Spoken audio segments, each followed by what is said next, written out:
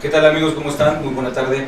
Antes que nada, una disculpa por esta pequeña demora. Yo soy Miguel Ángel Martínez Zuc y bueno, vamos a platicar de un tema por demás interesante, ¿no, Omar? Así es, buenas tardes. De antemano, muchas gracias por la invitación a Caficón. Mi nombre es Omar Valenzuela. Soy licenciado en Derecho, especialista en Derecho Constitucional y especialista en Derecho Fiscal. Justamente estaremos hablando de la atención y la defensa de los actos administrativos y de fiscalización ante el incumplimiento que un contribuyente pudo haber incurrido derivado de este tema de la pandemia. Claro. Pues bueno, es reiterado el tema de estar hablando de todas las problemáticas que seguramente muchos de ustedes deben de estar viviendo en sus empresas o con sus clientes, en donde, pues bueno, derivado de esta pandemia, muchos de sus clientes y empresas pues tuvieron que verse en la obligatoriedad de cerrar, ¿no?, por las instrucciones que dio el gobierno, derivado de esto. Así es, aquí hay que resaltar algunos puntos muy importantes. En principio, todo este tema que deriva justamente de la pandemia por el coronavirus, por el COVID-19, atrae como consecuencia que algunos contribuyentes, que algunas empresas en general tengan problemas en cuanto a sus finanzas, en cuanto a sus operaciones con el público en general, en cuanto a el cumplimiento de obligaciones fiscales, refiriéndonos tanto a las obligaciones sustantivas, como es el pago de contribuciones, como aquellas obligaciones formales a los que los contribuyentes están obligados. Claro. Sí, nosotros los conocemos como las obligaciones de fondo y de forma, ¿no? Que bueno, como bien lo dice el licenciado Omar, pues bueno, tiene que ver, esta se vincula evidentemente con las partes elementales del derecho fiscal, ¿no?, que son las obligaciones de forma y las obligaciones de fondo. Y todo esto, pues bueno, no obedece a una necesidad de la empresa, no obedece a una cuestión discrecional del empresario, sino esto obedece a una situación nacional y incluso, pues bueno, si pues, hablamos pues, mundial, pero pues, digamos que fue para sentarnos en nuestro país a nivel nacional, que se tuvieron que parar operaciones, y no nada más es el tema de parar operaciones, sino que también las personas que tuvieron que ir a sus casas, hay otro punto que analizar, ¿no?, el tema de cómo fueron muchos lamentablemente pues, lo tomaron de alguna forma para despedir a trabajadores, para modificar, algunos de plano no pudieron trabajar, algunos sí pudieron trabajar, lo que coloquialmente, creo que mal dicho, pero lo llamamos el home office, que no existe en nuestro país, ni en nuestro idioma, nada de eso, pero se oye muy nice, ¿no? Y todo el mundo, el home office para acá y así. Ya ves que estamos muy internacionalizados con eso del home office, el business partner y una bola de cosas que yo creo que no deben de ser, ¿no? Claro. Y esa es una cosa muy importante. Primera recomendación, en los medios de defensa que vamos a platicar, o en los escritos que vamos a platicar, por favor, nunca hablen ni mencionen eso del home office, no existe. Y no nada más porque no exista, sino porque hay que ser muy formales y hay que decir lo que es en los escritos que mandamos a la autoridad, porque por mencionar eso del home office, podemos decir que la autoridad diga, pues quién sabe qué es. Me está hablando de un término en inglés que no existe, claro, que no es una situación contemplada en nuestras leyes fiscales, ni en laborales, ni ninguna otra, ¿no? Entonces vale la pena, por eso vale la pena de hacer esta precisión, porque de repente podemos hacer todo adecuadamente, pero usamos palabras, y a lo mejor muchos de ustedes que nos hacen el favor de siempre seguirnos aquí en Caficón, que ya tenemos el gusto de conocernos, pues siempre ven que siempre se ha dicho que en materia fiscal hay que llamarle al pan pan y al vino vino. ¿Sí? No podemos andar ese lenguaje técnico coloquial que usamos en la materia fiscal, como es que medida de alta, es que la piramidación, la deducción ciega, que el largo de gabinete y que le echo para atrás. O sea, esas palabras, está bien, todas las entendemos en un lenguaje coloquial de nuestro medio, digo, vale, es el vulgus fiscal, yo así le llamo, ¿no? Pero en un escrito, en un medio de defensa, en un recurso de revocación, en un juicio, pues no pueden ir, ¿no?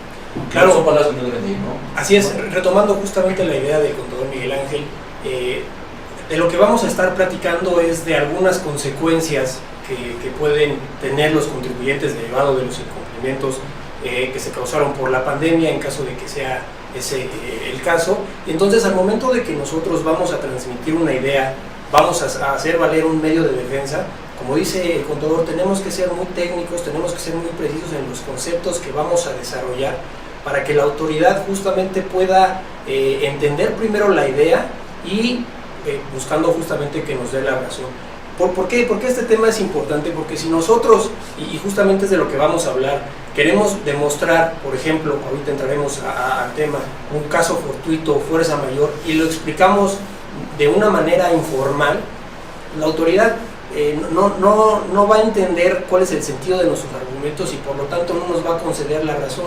Entonces tiene mucha valía justamente este consejo que les da el contador Miguel Ángel. Se vale usar los términos coloquiales cuando hay una plática informal, pero cuando nos referimos particularmente a los medios de defensa, a los escritos que vamos a presentar ante la autoridad fiscal, y justamente cuando queremos demostrar la situación en la que nos encontramos o queremos acceder, por ejemplo, a un beneficio, tenemos que ser 100% técnicos. Claro, aquí hay un punto importante, Omar, salvo tu mejor opinión, porque esto me ha causado a veces algunas discusiones con algunos abogados, respetable todas las opiniones, ¿no? Siempre son respetables, pero hay un punto importante. Hay veces que cuando hacemos un escrito o queremos darnos a entender, pues como que damos cosas por sobreentendidas. Esa palabra de sobreentendido, ¿sí? Que si estoy mal, tú me corriges, Omar, que llevándolo a una cuestión jurídica, una cuestión de derecho, es lo que podemos dar a entender como lo que es la suplencia de la queja. Okay. Sí, en el ámbito jurídico se llama suplencia de la queja, que es las cuestiones que no son dichas, pero son obvias, son conocidas, son hechos conocidos, situaciones conocidas, que un juez puede dar por escritas si es que el quejoso o el que va a demandar no los puso. Eso se llama suplencia de la queja, ¿no? Sí, más o menos, digo, dicho de los que somos a pie, ¿no? Esa es la suplencia de la queja, no un concepto técnico, pero esa es la consecuencia de la suplencia de la queja, ¿no? Así es. En estos términos, justamente lo que busca este término de la suplencia de la queja es, de alguna forma, no quiero decir ayudar, pero las cuestiones que, como dice Miguel Ángel, se pueden sobreentender y que ya están dadas tal vez por hechos notorios, pues bueno, el juzgador o en su caso la autoridad fiscal, vamos a partir de la autoridad fiscal a referirnos particularmente a ellas, deberá reconocer, claro, ¿no? Será el reconocimiento de ciertas situaciones que ya están dadas, ¿no? Que es a lo que yo quiero llegar, que, salvo tu mejor opinión, insisto, la suplencia de la queja en materia fiscal no tiene aplicación. ¿Sí? Hay que ser muy precisos en materia fiscal. En materia fiscal, ¿lo dijiste o no lo dijiste? Y si lo dijiste bien, que es el concepto de decirlo técnicamente, o de plano, no lo dijiste, ¿no? Porque usaste figuras o conceptos que no están reconocidos por la materia fiscal.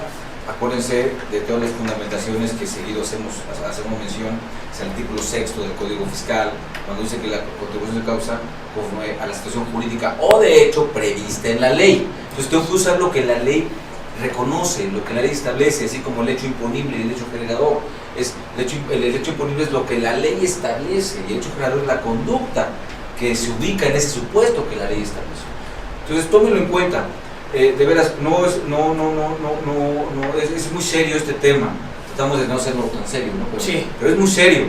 Tenemos que usar las palabras, los tecnicismos que se deben hacer. No podemos decir, es que todo el mundo conoce, todo el mundo sabe, sí, todo el mundo sabe. Pero yo cuando voy a plasmarlo en un documento, cualquiera que sea en un escrito que le voy a presentar a la autoridad o a un juzgador, tengo que hacerlo técnicamente. No hay más para poder. Para tener mayor posibilidad de tener éxito en lo que voy en mi pretensión, en lo que estoy buscando, ¿no?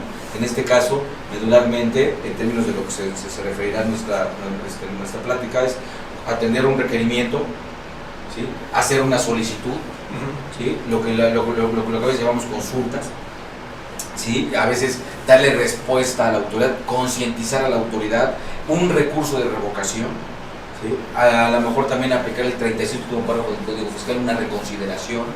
Todo eso tengo que hacerlo siempre técnicamente. Por favor, tómelo muy en cuenta. Tómelo muy en cuenta porque muchas veces, por no hacerlo técnicamente, por eso no logramos lo que estamos pretendiendo. Así es, y solamente para concluir con este comentario que hace el contador Miguel Ángel, yo diría que hay que tener en cuenta que a la respuesta que nosotros esperamos recibir, las autoridades fiscales tienen la obligación de fundar y motivar esa respuesta. Entonces, si nosotros no le damos justamente los motivos y los fundamentos legales, no apegamos nuestros hechos a esta fundamentación, pues bueno, la autoridad fiscal no tendrá otra más que pues, negar nuestra solicitud en virtud de que no fue debidamente planteada, no tendrá la manera de justificar con fundamentos y motivos por qué sí nos dio la razón si nosotros desde un inicio, al momento de plantear el tema, pues no le damos la seriedad debida a los conceptos para empezar, ¿no? Y a los fundamentos sobre todo también. Sí, y nos van a contestar, no probó su pretensión. Sí. No fue claro. Y nosotros nos molestamos porque decimos, sí es conocido por todos saben. Bueno, sí, pero no lo supe, que es un elemento muy importante, saber pedir esa razón. Y esa es la forma en que yo debo de pedir esa razón. Así es, ya que analicemos un poquito más a detalle cuáles son los medios de defensa que podemos emplear para solicitar a la autoridad determinadas situaciones derivado de esta pandemia, pues creo que valdrá la pena que hagamos algún análisis de cómo ir planteando los argumentos. Lo iremos llevando de la mano para que los amigos que nos acompañan pues puedan tener una idea un poquito más clara de a qué nos estamos refiriendo. Claro. Por cierto, en su material, pues si ya tuvieron una oportunidad de darle una revisadita, aunque sea general, pues ahí tienen todo. Son más o menos 78 láminas, 80 láminas. Ya saben que por cuestión de tiempo pues no podemos ir uno a uno, pero haremos comentarios genéricos de todo, de los temas como vienen ahí en su índice. En su material tienen un índice, ahí todos los temas van a ser abordados, y la parte específica, la parte técnica la tienen en su material. De todas maneras, si hay alguna cuestión que no haya quedado claro, que no haya sido muy preciso en el material, por favor, a través de los medios electrónicos, háganlo saber aquí a Cafecon, y con todo gusto buscaremos aclarar, ¿no? Sí. Aclarar a qué se refiere. Y como primer punto, pues el de mencionar, pues que nos dejaron casi solos, ¿no? A los contribuyentes nos dejaron solos ante esta situación, ante esta problemática, nos dejaron solos. Algunas autoridades locales de algunos estados, de algunas entidades federativas, pues tienen algunos apoyos, ¿no? Pero la autoridad federal, pues sí. No. Sí, creo que no ha sido una política, cada quien tiene su postura política, en eso no entraremos, pero la autoridad federal, desde que inició esta administración, se ha pronunciado a otorgar pocos o nulos beneficios fiscales para los contribuyentes, hablando en términos de la administración federal. Para el caso de las entidades federativas, y en este caso lo que sugerimos es que si nos encontramos en alguno de los estados de la República, consultemos el periódico oficial de estas entidades para conocer cuáles han sido los beneficios fiscales o administrativos que estas administraciones han otorgado. Por ahí estuvieron circulando algunos documentos que por entidad federativa refiere cuáles son los beneficios, pero bueno, nuestra sugerencia siempre es que se acuda a la Gaceta Oficial de la entidad, porque sí hubo algunos beneficios, hubo algunas condonaciones de impuestos, algunas suspensiones de plazos, cosa que, como estamos comentando, no pasó en el ámbito federal. En el ámbito federal hay un compromiso, y creo que eso es conocido por muchos de nosotros, hay un compromiso de no crear nuevos impuestos, pero fuera de ese supuesto, pues no se han creado verdaderos estímulos fiscales, ¿no? Inclusive, cuando empezó todo este tema de la pandemia, hubo una discusión bastante interesante en cuanto a si la autoridad fiscal estaba obligada o no a echar mano de lo que dispone el Código Fiscal en cuanto a otorgar beneficios en una situación de emergencia. Sí, el 39 del Código Fiscal, que bueno, salvo mejor opinión, no nada más por el Código Fiscal, si es una situación incluso del 28 constitucional, ¿no? Donde el 28 constitucional, a pesar de que hubo una reforma en esta administración para efectos de prohibir las condonaciones, pero ese 28, la última reforma que tuvo hacia atrás en ese primer párrafo fue que antes decía que estaba prohibida la exención de impuestos, nada más así decía, y lo reformaron para poner la exención de impuestos en términos de ley, y después ahora le agregan ni condonar ni exención de impuestos en términos de ley, o sea, bajo lo que ya está legislado. Entonces, lo que ya está legislado es que efectivamente el Ejecutivo está facultado para, en casos como estos, ¿sí? Otorgar facilidades. A lo mejor estoy de acuerdo, no va a perdonar el impuesto, pero va a dar facilidades para su pago. Porque aquí ahorita vamos a entrar en el análisis de algunos puntos muy importantes, de veras muy importantes, que ustedes deben de tener claros, y si no, pues hagan sus preguntas, por favor. Si algo no quedó claro, por favor, pregúntenos, hagan sus comentarios, pero sí es importante que tengan claro unos puntos importantes que vamos a comentar ahorita para efectos de que dirijan la esencia de sus escritos. Y en primera, el gobierno federal, pues bueno, sabemos, se hizo, no vamos a criticar, Sí. no es una cuestión política, pero no hizo lo que estaba obligado a hacer. De hecho, por ahí algunos abogados incluso que hablan de, pueden hasta ampararse, ¿no?, contra el Ejecutivo Federal por no hacer lo que tiene que hacer. Acuérdense que hay un principio que dice que el que no hace lo que debe, hace lo que no debe. Entonces, el gobierno, todos los funcionarios públicos, que son todos los que están en el gobierno, incluso el presidente de la República, ¿sí?, tiene que hacer lo que tiene que hacer. Entonces, no es una facultad discrecional, no es de que él quiera o no quiera. Ellos no tienen facultades discrecionales, son facultades regladas en todos los casos, ¿no? Están condicionadas a situaciones, a circunstancias, y es lo que deben de hacer. Y él tuvo que haber hecho, cosa que no hizo, y no estaba a su discreción si era hacerlo o no hacerlo. Tenía que hacerlo. Entonces, en esto hagan de cuenta como un padre, ¿no? El padre pues tiene que hacerse cargo de su hijo, no es de que quiera. Aun cuando hay alguna separación o lo que sea, un divorcio, lo que sea, el padre tiene que hacerse cargo de su hijo, es su responsabilidad, su obligación, claro, en las medidas posibles, claro, o sea, se les da muchas cosas, pero de que tiene que hacerlo, y en este caso, pues no tuvimos mucho apoyo, más que el tema de la declaración anual, ¿no?, de las personas físicas, que se fue a junio. Así es correcto. Sí hubo por esa parte, por el tema de la presentación de la declaración anual de personas físicas.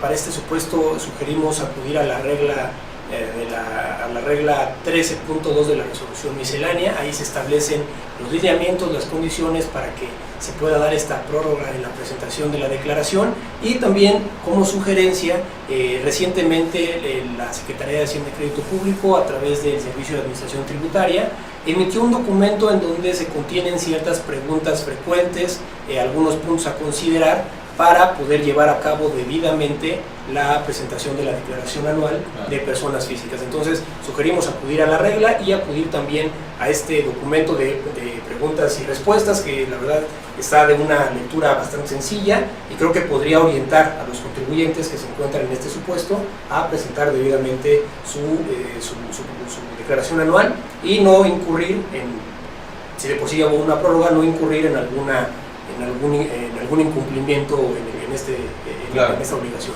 Y lo que me preocupa es el debidamente, ¿no? Más bien es como se le pega la gana a la autoridad. Sí. Perdón, pero así es, ¿no? Es como se le pega la gana a la autoridad. Pero bueno, tomando los conceptos importantes, salvo mi mejor opinión, Nomar, un punto importante en que se va a basar todo esto, para efectos de que, bueno, hay obligaciones que, bueno, la mayoría de ustedes, amigos, conocen cuáles son las obligaciones que tienen los contribuyentes, ¿no? Desde el tema de las obligaciones, por ejemplo, el día de hoy, pues, se tuvo que cumplir con obligaciones, 2017, con obligaciones de declarar, de presentar, de realizar los pagos, en fin, muchas obligaciones o las obligaciones que tiene el contribuyente. Y derivado de lo que fue la pandemia, aquí sí me gustaría que entráramos en comentar, a ver si podemos transmitir las ideas, si somos claros, y si no, insisto, por favor pregunten, porque a veces yo digo que las cuestiones jurídicas son así como el amor, ¿no? Así como que todo el mundo habla del amor para allá, el amor para acá, hasta hay un día, ¿no?, que todo el día del amor y la amistad, y todo el mundo habla del amor, y te amo para acá, cuando les preguntas, oye, ven, ¿y qué es el amor tú?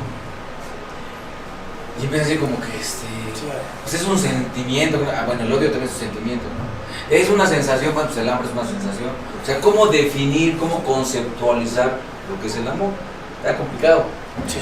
Pues yo digo, así como que de repente dicen, tienes que sentirlo para saber, ¿no? Pero no te lo definen, no te lo conceptualizan.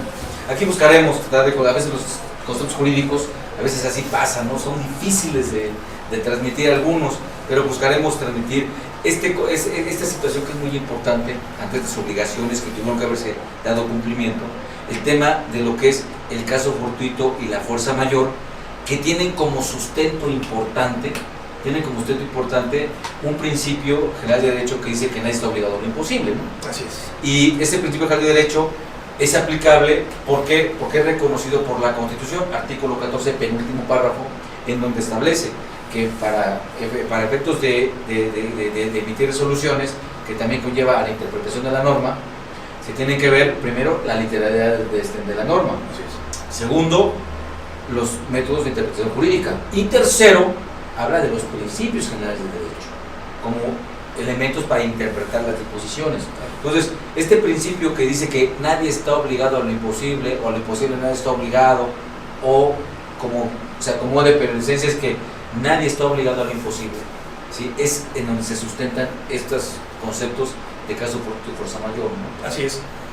Refiriéndonos ya particularmente a estos conceptos de caso fortuito y fuerza mayor, me gustaría primero acotar que nuestra legislación a nivel federal es sumisa en dictar una definición de estos dos conceptos. Entonces, es probable que si alguno de ustedes ya revisó la ley y buscando un concepto de estas dos definiciones, pues bueno, es difícil que lo puedan encontrar. Realmente no existe una definición o un precepto legal que dice, bueno, vamos a remitirnos a este artículo. ¿Y en el Código Civil tampoco? No.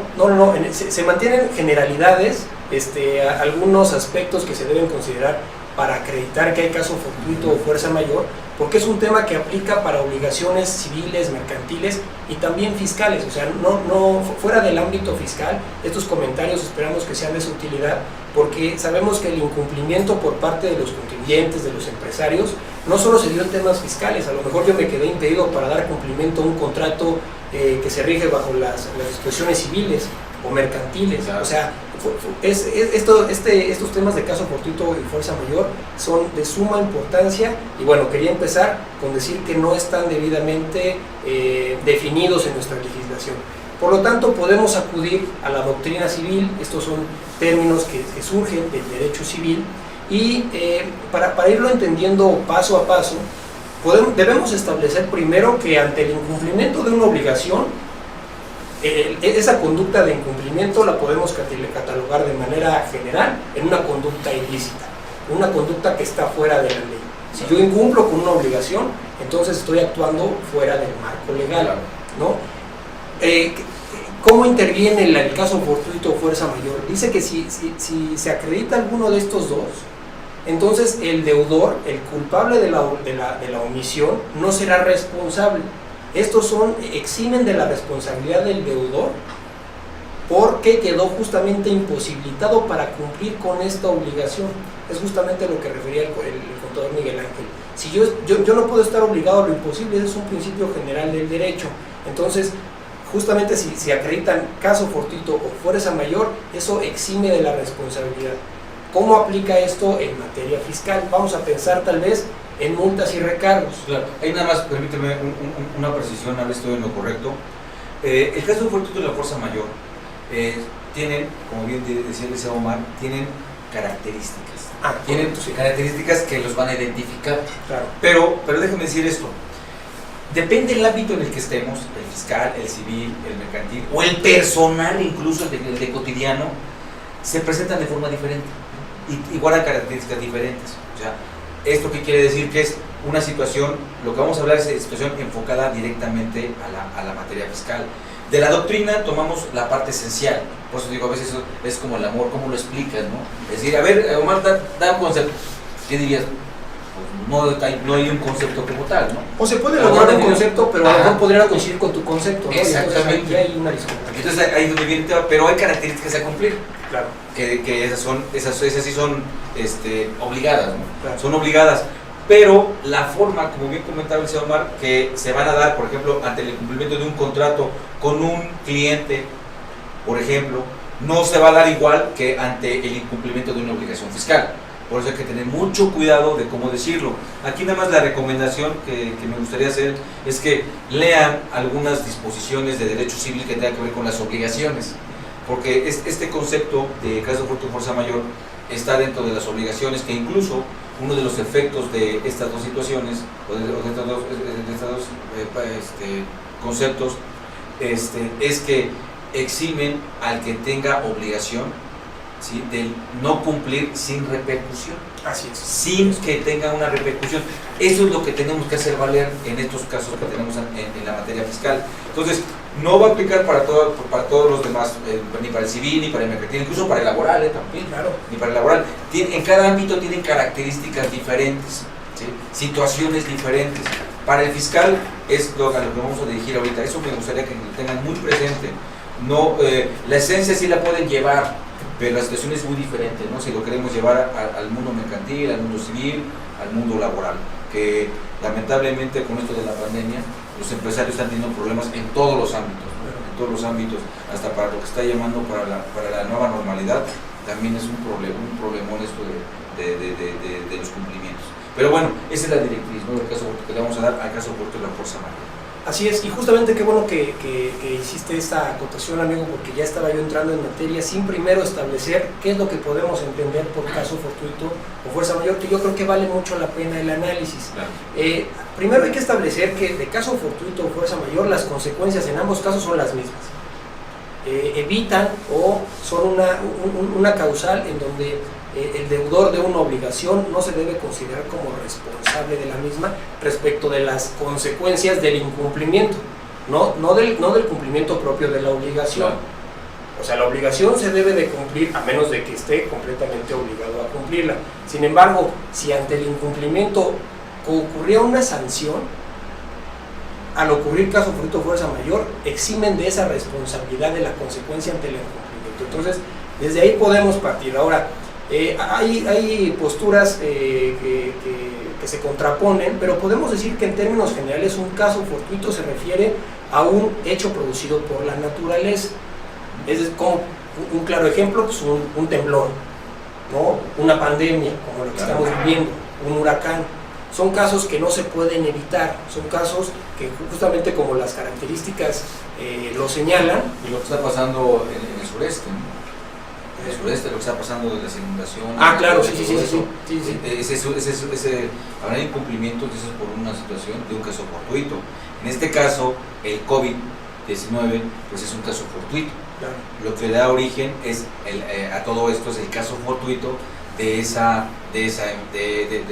virus, de la propagación de ese virus que conlleva en muchos casos a la muerte, ¿no? Claro. A la muerte, y entonces eso es lo que origina el tema de la pandemia, ¿no? Exactamente. Entonces, refiriéndonos al tema de la pandemia en particular, ahorita en unas láminas más haremos un análisis de en qué momento debemos considerar que esta pandemia es caso fortuito o fuerza mayor. Pero bueno, una vez que hemos establecido que el caso fortuito son hechos producidos por la naturaleza, la fuerza mayor son hechos producidos por los hechos del hombre o de las autoridades, que bueno, finalmente son también hechos del hombre. Por esas razones podemos considerar esta pandemia o las repercusiones de esta pandemia también como fuerza mayor, toda vez que la suspensión de las actividades de manera generalizada que se dio con esta declaratoria general de emergencia por fuerza mayor, inclusive la autoridad así lo denominó, y trae como consecuencia la suspensión de actividades de manera generalizada, a menos de que te dediques a una actividad de las enlistadas como esenciales, pues tiene también consecuencias, y los contribuyentes que no realizan actividades esenciales pues se encontrarán materialmente impedidos para dar cumplimiento a ciertas obligaciones. Entonces ahí es donde concurre el concepto de fuerza mayor para los actos de autoridad. Así es. Entonces tenemos que tener muy claro al momento en que expliquemos la razón, ¿sí? ¿Sí? La razón que da origen a todo esto es el caso fortuito generada por el coronavirus, ¿sí? Y la fuerza mayor está dada porque por disposiciones de las autoridades, ¿sí? Generados por lo que es el tema de la pandemia, tenemos que pues no estar en la calle. Entonces, ¿para qué? Para que no se propague este virus. Entonces se giran instrucciones que incluso llegó, se estableció que fueran de forma obligatoria, sí. E incluso a quien no la acatara iban a haber multas, iban a haber repercusiones. Ahí donde viene la cuestión de que esto fue de carácter obligatorio, y al ser emitido por las autoridades, ¿sí? Por acciones del hombre, se sentaron a legislar rápidamente y lo emitieron, entonces este tipo de disposiciones se convierten en una fuerza mayor. Así es. Por caso de fuerza mayor. Entonces, aunque yo quisiera ir a levantar mi cortina, pues no podía. Así es. ¿Sí? Yo veía venir que posiblemente nos dijeron que estuviéramos guardados, nos dijeron que posiblemente se cerraran los negocios, pero no lo podía yo evitar. Mi negocio tenía que ser cerrado, lo único que estaba yo esperando es que las autoridades me obligaran a hacerlo. Claro. Obligar a hacerlo, digo, independientemente de que, pues bueno, también hay otras necesidades, como por ejemplo el día a día, el comer, pues muchos estamos al día a día, ¿no? Digo, se pueden haber negocios que pueden verse pues, bien los negocios, pero van viviendo el día a día, el mismo negocio va viviendo el día, ¿me explico? Entonces, pues todo eso pues no era importante, lo importante era atender la pandemia para que no se propagara el coronavirus, y la autoridad emite disposiciones y nos obliga a los gobernados a que cerremos los negocios, a que paremos en muchos casos actividades, ¿no? Entonces, esto no lo digo de forma dramática, sino que así fue, sí, y claro. está bien, Sí. Nada más que esa situación, pues nada más es para catalogarla y ver las características que se dan de que es una fuerza mayor. Así es. ¿Correcto? Así es, y hablando justamente, ya que establecimos qué es caso fortuito, cómo podemos identificar una situación de caso fortuito, una situación de fuerza mayor, hay características comunes a estos dos conceptos que sean hechos generales, imprevisibles, insuperables, o que pudiéndose prevenir no se pudieron evitar, como es justamente pues, la llegada de una pandemia, de un huracán, o por ejemplo que empieza a temblar en estos momentos, que ojalá no pase. Pero son actos que no pudimos prevenir y que superan la voluntad de los afectados, ¿no? De las personas que pues, a lo mejor tenían una obligación previa que derivado de este tema pues no pudieron cumplir. Esto hay que establecerlo de manera muy concreta, como buscamos hacerlo ahí en su material. Trae algunas precisiones que les podrían servir al momento de que ustedes planteen ante autoridades fiscales o tribunales una situación en la que hubiera existido caso fortuito o fuerza mayor, porque el caso fortuito o fuerza mayor no significa que ahora la obligación sea más difícil de cumplir. Hay que recordar que partimos del principio general del derecho de que nadie está obligado a lo imposible, no que nadie está obligado a lo difícil. Si la situación se volvió, si la obligación se volvió más difícil de cumplir o más onerosa, no estamos en una situación de caso fortuito. Entonces hay que identificar, hay que revisar cada caso en concreto y no estarle echando la culpa al coronavirus y a la pandemia y a la suspensión de actividades para decir, bueno, como tuve que cerrar mi negocio, pues no pude cumplir con ninguna obligación, no pagué impuestos, no presenté declaraciones, porque bueno, pues es un hecho notorio que estábamos todos suspendidos o que yo tenía un riesgo de contagio, cosas así donde los argumentos carecen ya de una verdad material, no va por ahí, no podemos encaminar los argumentos a simplemente echarle la culpa al coronavirus y excusarnos en esa situación para incumplir con obligaciones, ¿no? Tenemos que hacerlo técnicamente. Así es. Técnicamente y con las razones que van.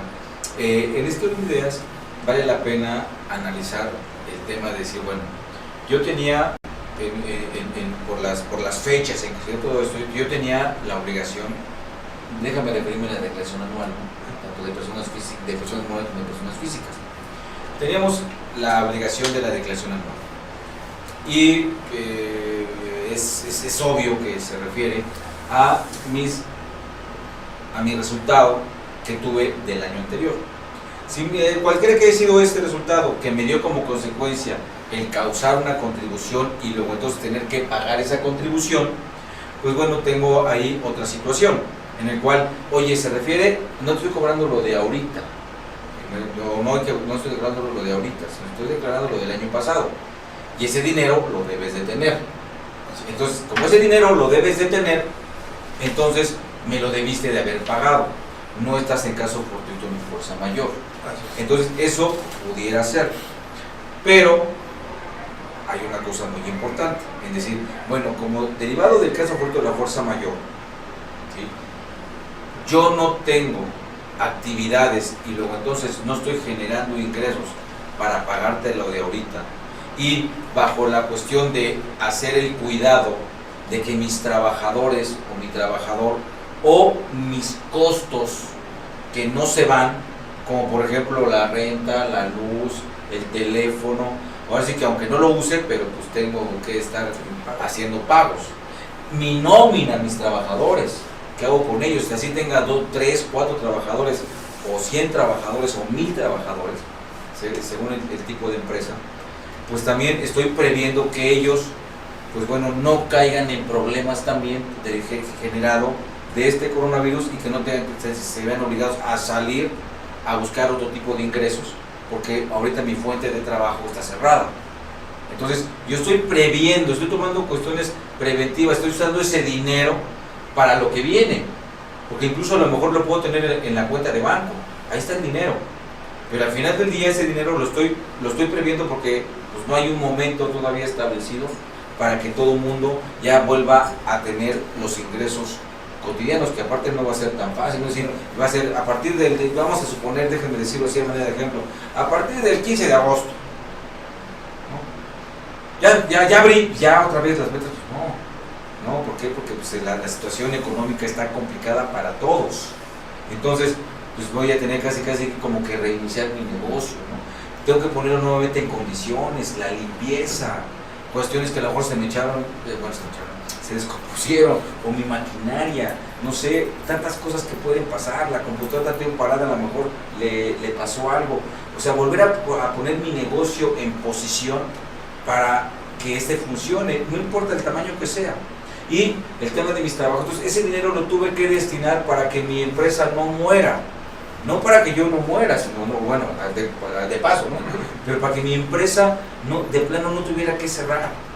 Entonces, esa es otra razón justificada por la cual, aunque yo puedo, aunque si me piden mi estado de cuenta, yo diciendo es que no te puedo pagar, te declaro en cero, no te puedo pagar, y a ver tu estado de cuenta, demuéstrame que sí tenías, que no había dinero, y a lo mejor sí había dinero, yo tengo en mi estado de cuenta 50,000 pesos, y yo que pagar 10,000 pesos, oye, sí los tienes, espérame, ese dinero lo estoy usando justamente por esta fuerza mayor que está ocurriendo, que no puedo, y tengo que seguir pagando nómina, tengo que seguir pagando renta, tengo que seguir pagando la energía eléctrica, el servicio telefónico, el internet, bla, bla, tengo que seguirlo pagando. Gastos que no se fueron, o que no pararon, ¿sí? No pararon, no se detuvieron, y que tampoco hay ningún tipo de apoyo, ¿no? Así es, ese es otro punto a analizar importante para efectos de cómo voy a argumentar, ¿no? ¿Qué voy a decir cuando me vaya yo a defender? No, como bien decía el licenciado Omar, no voy a decir, es que por culpa del coronavirus, no, es que eso no fue culpa del coronavirus, eso no fue culpa de él.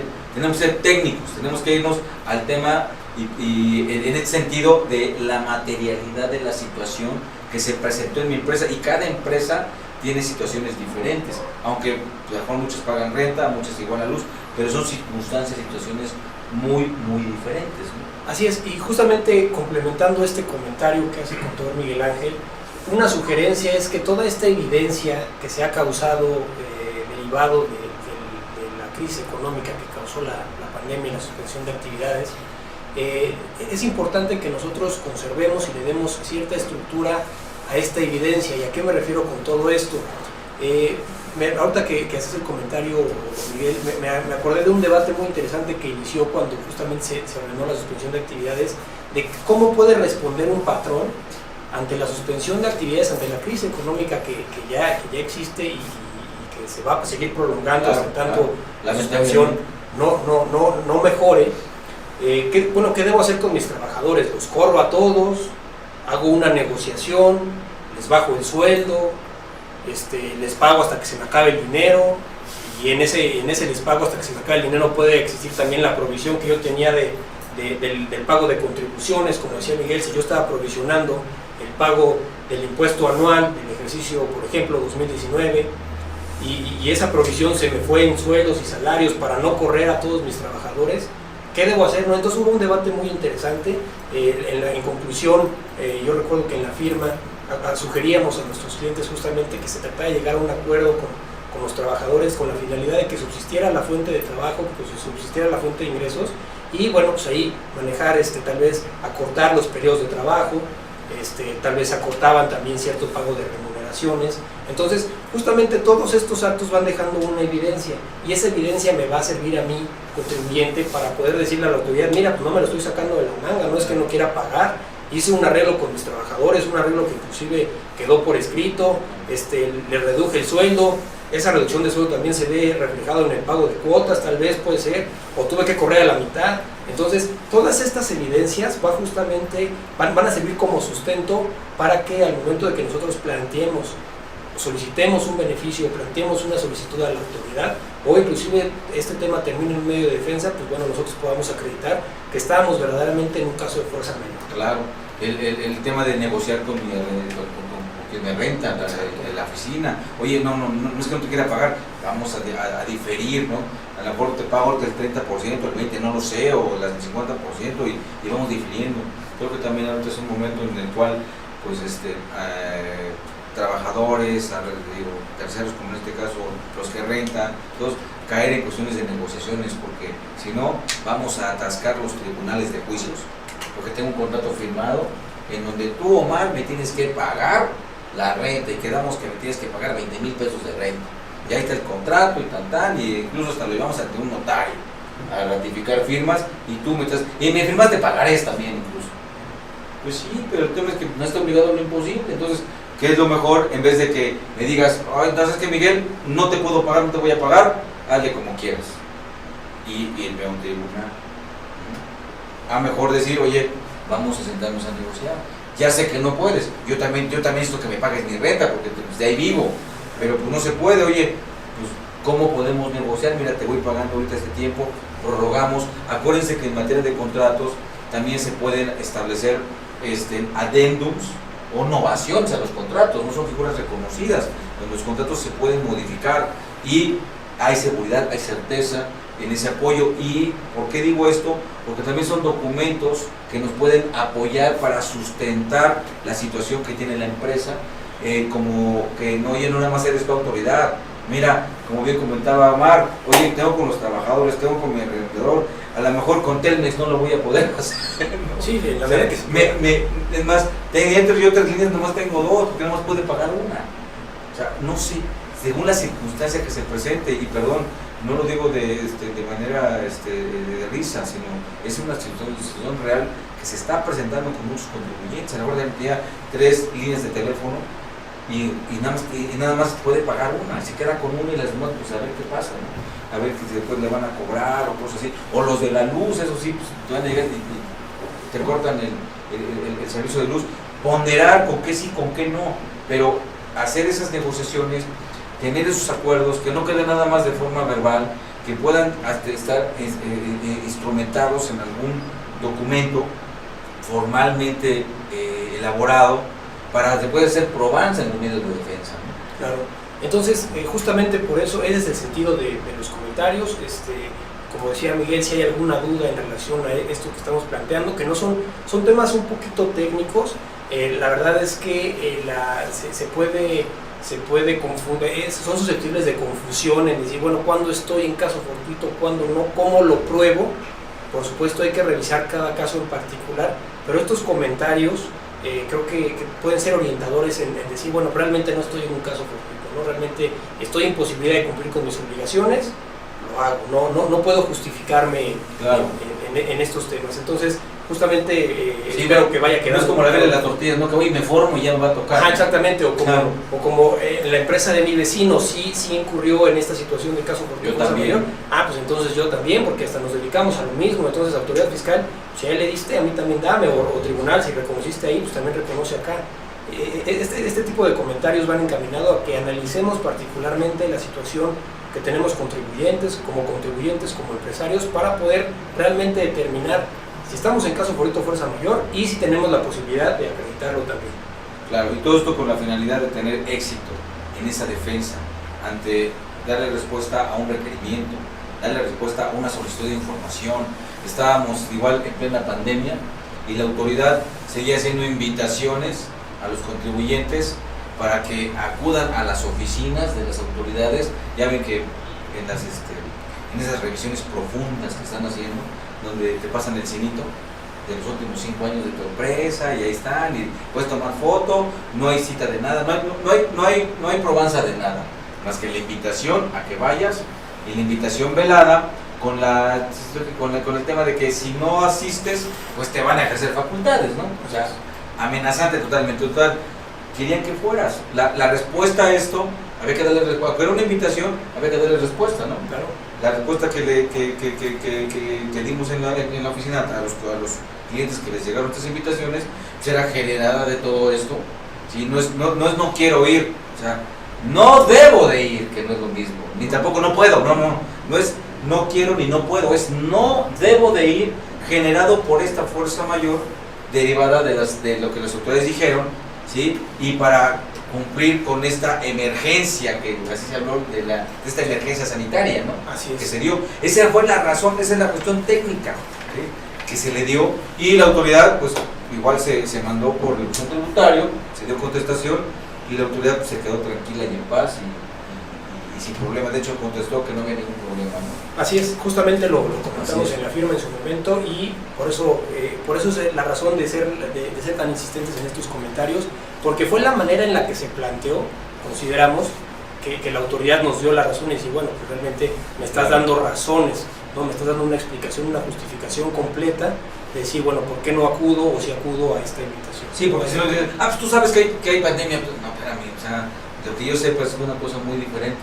Bueno, por lo que yo sé es muy diferente, hay que darle respuestas técnicamente. Ese es el comentario, por eso estamos ahorita buscando tratar de transmitir esas esencias de cómo decirlo en un documento, ¿no?